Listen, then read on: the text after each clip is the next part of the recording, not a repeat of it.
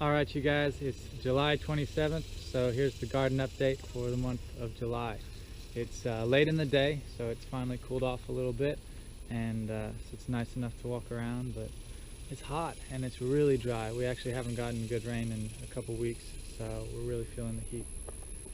And I have a puppy dog now, so that's really been a little bit of a new game changer.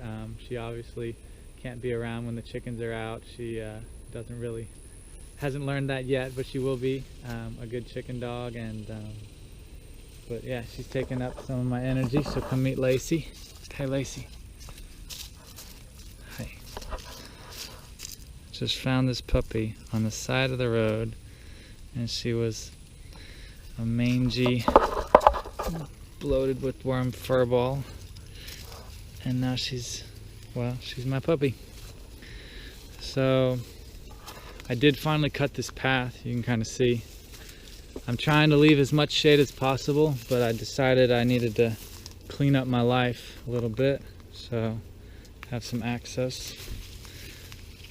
Let's see, not much to share. The persimmons have, a lot of them have fallen from the dryness or from animals or something. I think you got the chickens knocking down the irises.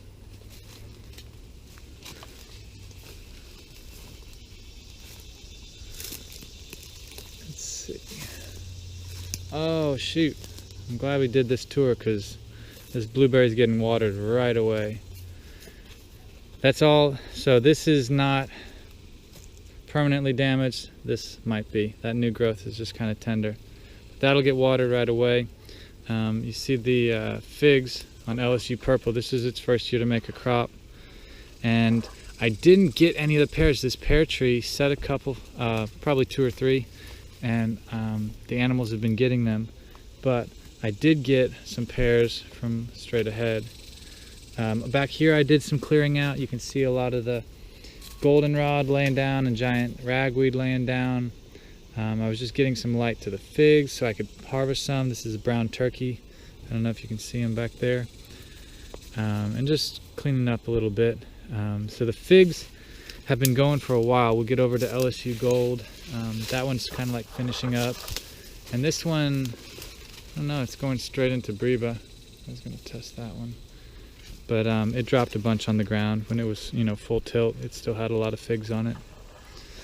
And the puppy dog is chewing on the fig tree. Great. Now, hey, stop. Well, nature is resilient, and it's one more thing to teach. So I didn't cut these branches yet, but I need to. Here's the jujubes. So they're, I'd say, 3 weeks from ripe, like in season. It's always been an August thing. There's a few persimmons up here, well, and right here beside me. So very excited to be tasting the hachia from my own tree. And then there were, man, they're going fast, but so this pear tree actually produced and I got some. Look at this. These are so good though. Like honestly, I might even eat the other half of that. But I think that's squirrel. But this was Acres Home pear, and just really great. All the fruit, that was on this branch, and there was some more down below. So the pears are basically have come and gone. There might be a few on another tree, but and here's another really sad. That is damage, and that's me just not getting back here to water. So I'm right after I finish this video, I'm gonna water some blueberries. So over here, I'm kind of waiting on the avocados. Waiting to hear from Heidi. They're as far as when to start picking to try and counter ripen. I definitely know it's coming soon. In fact, I feel like, these aren't going to be full size anyway. It's a young tree. So over here, see, I did water this one. I had to clear, some giant ragweed so the bees had access.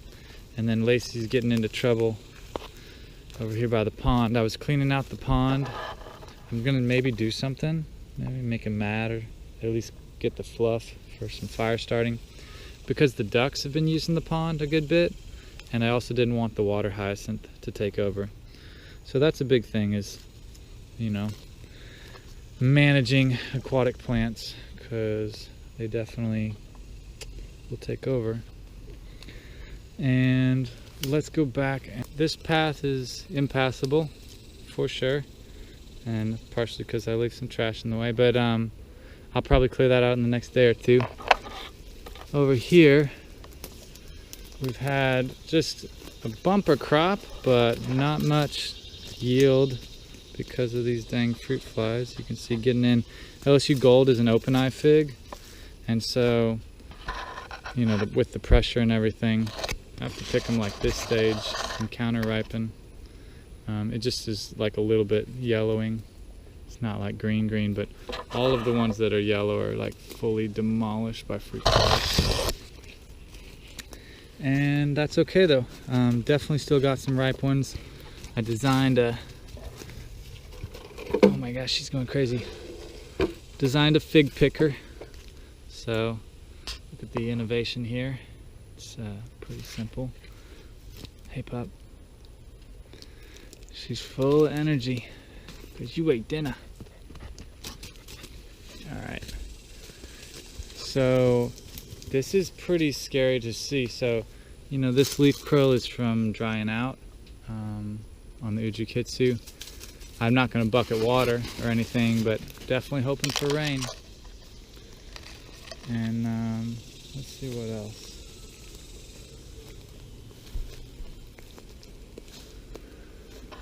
Blueberry's still fine, not that dry.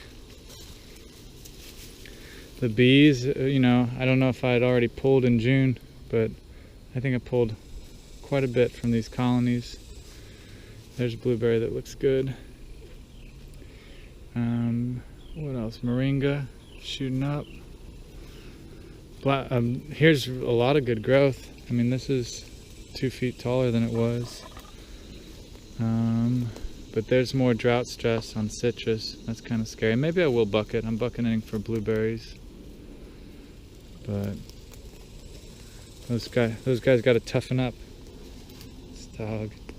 Here you can kind of see the really good pulse of things taking over for the summer.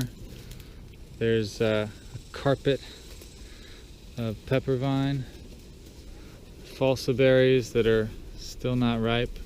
Don't know what I'm doing wrong there.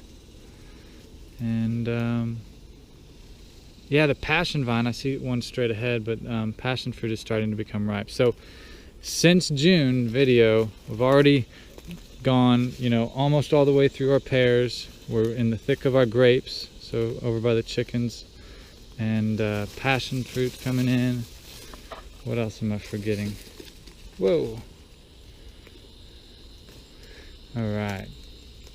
So this is a nice one. I stuck a little loofah transplant, and it is definitely gonna go gangbusters. So here's, you know, it's already up into that second tier. I see some big leaves back there. So that was the plan, to grow more loofah. You know, it rocks in the fall, and there's a really big leaves on that banana, strong plant. All right, let's go check on the chickens. There's just stuff over in the run. All right, so this blueberry has been needing water often. It's kind of unsustainable. Here's the okra patch. Super tall now. It's been really productive, and yeah, definitely, you know, stronger relationship with that plant. Let's see the grapes. All right, crazy dog, burn some energy. She's gonna maybe, she's gonna eat the chicken food. That's funny. She also might harass the ducks. But chickens and ducks are doing okay. Here's the, you know, the fruit set. That's Darlene, so that's not ripe yet. But Ison is starting to get ripe, so you see, like here, that's a good grape. And the cool experiment, because I've got a few now, not experiment, but the difference this year, dang it. Hey, let me push her away. No. No. Back up. No. Alright. The cool difference this year is that I left more cover, so I didn't trim back the grapes really hard. And so I think they have more cover on top, and so birds are getting fewer of the grapes, which means more for us. And they're pretty good. And I'm eating them right now. Alright. So, it's crazy, but that's a perfectly good tomato. So, still some tomatoes here. Now this plant is in the shade a little bit, so you see it's getting swamped out by elderberry, and it has blackberry. But another big thing is that the sink drains right there at the base, so that's basically why that one is still producing, because really the stink bugs, you know, they took everything out, so it was really hard to get tomatoes. And yeah. And then over here, you know, like here's full sun. This is a good kind of example, but I didn't water either of those tomatoes, right? That one got the passive water from the sink. But tomatoes just, they fry, you know? It's too hot for them. This is definitely from water, but it would have slowed down and not set fruit either way. So I got some fruit over here, which is kind of exciting. This is the first year to fruit on the cactus. I don't know when they're ripe, so maybe somebody will tell me. And this garden, I never set up the irrigation for it, so it's kind of become a wait until next year situation. But it has made a good bit of eggplant, even though the plants look pretty sad. All right. And the Southern Home grapes, so here's a swarm trap, but Southern Home is starting to ripen as well. It's a little bit later. It's a good grape. Let's see. Can ignore the bee mess. Follow the dog. Is she gonna fall in the pond? So here's something. Sorry, my brain's a little fried. This was that multi-graft. You see it grafts like that. But we've got calliope. This looks like an Asian type. There's another graft point right there. But that's Dancer. So here's like your Orient Express. And I did have to prop up this branch, so I probably grafted a little too high. But it's been fun. I harvested eggplant off of this and got like 4 or 5 big ones. You can see not too long ago. And I'll get some more. That calliope's definitely ready. This puppy dog's running around. Yep. Don't get stung. So over here, we won't go up in the tree because the ladder's not here. But basically, I've got all the grafts really pushing strong through where I wanted to push through. It took a lot of revisits, and it was worth it. It was a learning experience. Before it gets dark, we'll duck under here. These pomegranate are almost ripe. Pomegranate are sometimes earlier, sometimes later, but I got one off the other tree and opened it up, and yeah, it was semi-sweet. So here's the big change back here. I cut down a big old pecan tree. Not just cut it down, took it out of the ground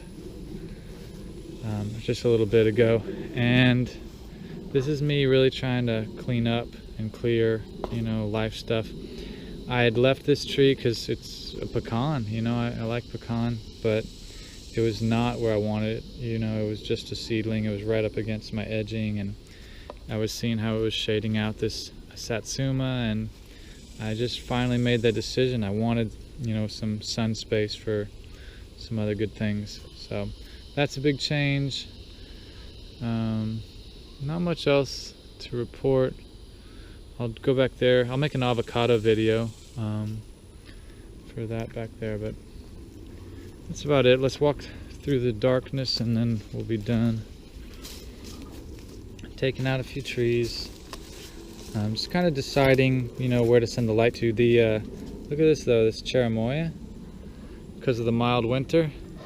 If we get 2 mild winters in a row, that'll be pretty cool. And then I noticed earlier, we got some, so I put these up intentionally for wasps. Do you see them building their nest in there? Well, maybe you saw the one fly out, but I thought that was a cool way to use the gourds as little wasp houses. That's about it. Here's, you know, the star fruit is not growing much because it's really shady. And this pup is really distracting.